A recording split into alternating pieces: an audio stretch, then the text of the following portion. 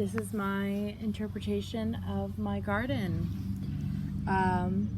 First of all my plants have names, as well as just their general nomenclature, if you will.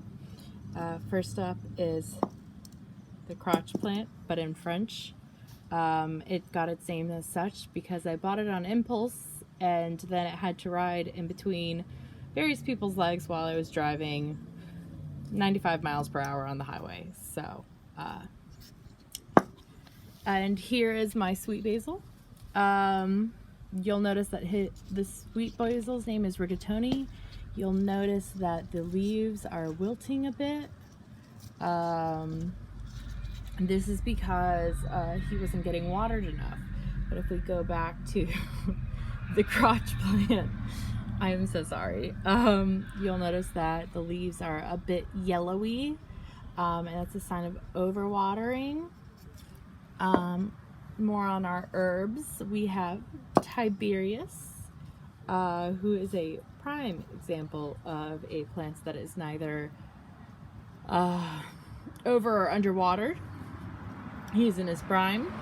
He was my first plant, and he is a spearmint.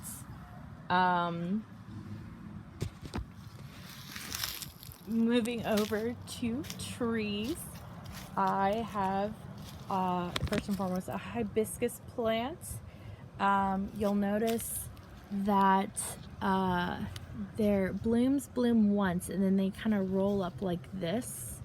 I really don't have you can't really see one fully open now, but then they roll up like this and they fall down. That's how they had opened, but you'll notice the ones that are just about to bloom, like I predict all these will bloom tomorrow, are more closed in that bud. When transplanting these, they need a lot of water, so this one gets watered twice a day, once in the morning and once in the evening. There's really not a lot of sense in watering your plants early midday due to evaporation. Over there is our chief gardener, loquacious, also known as Loki. Speaking of loquacious, you'll notice the dents in my plants right here. That is because he likes to jump at them and look for lizards and toads. Speaking of destroyed plants, we have the desecrated remains of, I believe they are pansies, and their name was the Marquis de Lafayette, or Lafayette, if you will, after the Revolutionary War. And then we have this plant unfortunately died of root rot because I definitely overwatered it to the point where I had yellow mushrooms, and I definitely learned a lesson in being careful around that. Then we have this, it's not a true rose, its name is Aurora. It has just been transplanted and it's looking a little yellow, so I've pulled off on the watering a bit after watering it thoroughly after being transplanted, and this will grow out to be a big bush ideally.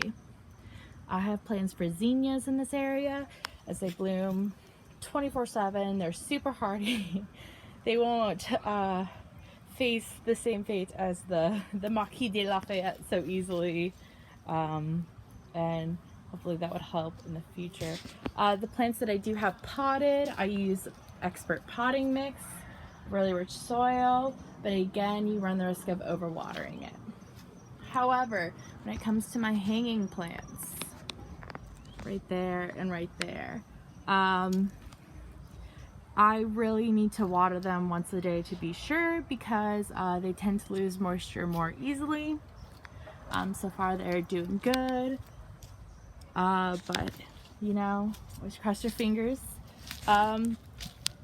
Over by my beautiful hibiscus plant, which will grow out, by the way. I'm thinking in the future I may need to transplant it to the other side of the yard, because if all goes according to plan, this thing will get massive and it will take up this whole area.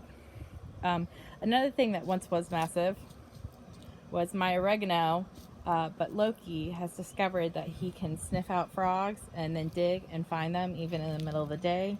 And so my oregano lost some of its spidery branches, but you'll see that the center of the plant is right here and these long tendrils spider out.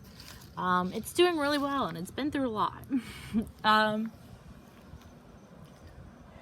I have a hose. I do water. I don't necessarily water that one specifically, but as I water my hibiscus, especially after it's still being established in the ground, it tends to get water as well. Thank you for coming to my garden, and I hope everyone finds something that they can take away.